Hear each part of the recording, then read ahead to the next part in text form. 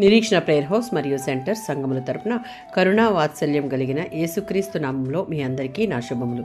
ఈ దినపు దేవుని మాట యోనా గ్రంథం 3వ అధ్యాయం 5వ వచనం. దేవుని యందు విశ్వాసముంచి ఉపవాస దినము చాటించిరి. తాము పశ్చాత్తాపపడితేనే తప్ప నాశనాన్ని తప్పించుకోలేమని నమ్మి యోనా వర్తమానాన్ని నినివే వారు అంగీకరించారు. వారికి కలిగిన నిజమైన మారు మనసును, దీనత్వాన్ని బాహాటంగా ఉపవాసం ద్వారా, గోనెపట్ట ధరించడం ద్వారా వ్యక్తపరిచారు. ఇశ్రాయేలు వారు మారు మనసు పొందడంలోనూ యేసునందు విశ్వాసం ఉంచడంలోనూ విఫలమయ్యారు కనుక విమర్శ దినాన ఇశ్రాయేలు మీద నేరస్థాపన చేయడానికి నినేవే వారు లేస్తారని ప్రభువు స్థిరపరిచాడు. పాత నిబంధన అంతటిలో ఇలాంటిది జరగలేదు. అనేక మంది దేవుళ్లను పూజిస్తూ నిజదేవుని గురించి సరిగ్గా తెలియని ఇతర జనాలు నివసిస్తున్న నగరం నినివే నగరం.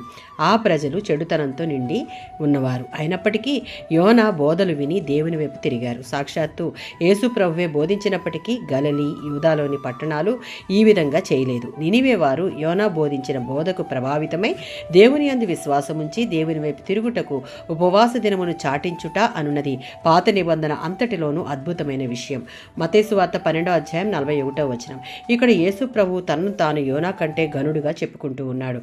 యోనా ఎలాంటి అద్భుత క్రియలు చేయలేదు. అయినా నినివే నగరం పశ్చాత్తాపపడింది. ఇతర జనాలుండే ఆ నగరం దేవునికి తల వంచింది. కానీ దేవుని స్వంత ప్రజలైన ఇశ్రాయేలు వారు అనేకమైన మహత్తులు చూచి కూడా ఆయనకు వ్యతిరేకంగా తమ హృదయాలను కఠినం చేసుకున్నారు. యోవేలు గ్రంథం 2వ అధ్యాయం 12-17 వచనాలలో విశ్వాసులమైన మనం ఇంతవరకు ఎట్టి జీవితాలు జీవించామో దానిని లెక్కలోనికి తీసుకొనక ఇప్పుడైనా మనలను మనం పశ్చాత్తాపంతో మనస్ఫూర్తిగా ఆయన వైపు తిరిగి ఉపవాసం ఉండి మనలను మనం శుద్ధి చేసుకున్నటకు సిద్ధపడితే కరుణామయుడు, వాత్సల్యం కలిగిన దేవుడు మన జీవితాలను కట్టి ఇతరులకు ఆశీర్వాదకరంగా ఉంచుతాడు. ఆమేన్.